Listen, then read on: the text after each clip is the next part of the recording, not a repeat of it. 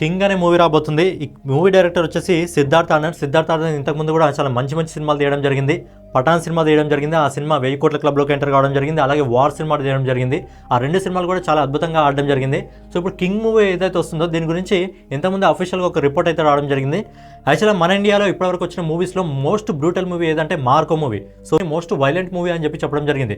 So అంతకు మించి ఈ మూవీ అంతకంటే బ్రూటల్గా ఉండబోతుంది అని చెప్పి రీసెంట్గా అయితే డైరెక్టర్ గారు చెప్పడం జరిగింది. సో మోస్ట్ బ్రూటల్ మూవీ అంటే బేసిక్గా ఈ జనరేషన్లో మన వాళ్ళకి కావాల్సింది ఎక్కువ యాక్షన్ మూవీస్. మీరు చూసుకున్నట్టయితే యాక్షన్ మూవీస్కే అద్భుతమైన విజయాన్ని సాధించడం జరుగుతుంది. అలాగే కలెక్షన్స్ కూడా అద్భుతంగా రావడం జరుగుతుంది. మార్కో మూవీ కేవలం మలయాళంలో మాత్రమే రావడం జరిగింది. కానీ తర్వాత మిగతా లాంగ్వేజ్లో రిలీజ్ చేస్తే ఆ సినిమా 300 కోట్లు అందుకోవడం జరిగింది. కొన్ని ముఖ్య పాత్రల్లో అమితాబ్ బచ్చన్ గారు, అనిల్ కపూర్ గారు కూడా నటించడం జరుగుతుంది.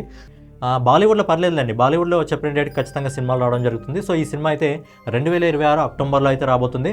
సో ఈ మోస్ట్ బ్రూటల్ మూవీ అని చెప్పడం జరిగింది కాబట్టి ఖచ్చితంగా ఈ సినిమా 2026లో 1000 కోట్ల క్లబ్లోకి అయితే ఖచ్చితంగా ఎంటర్ కావడం జరుగుతుంది.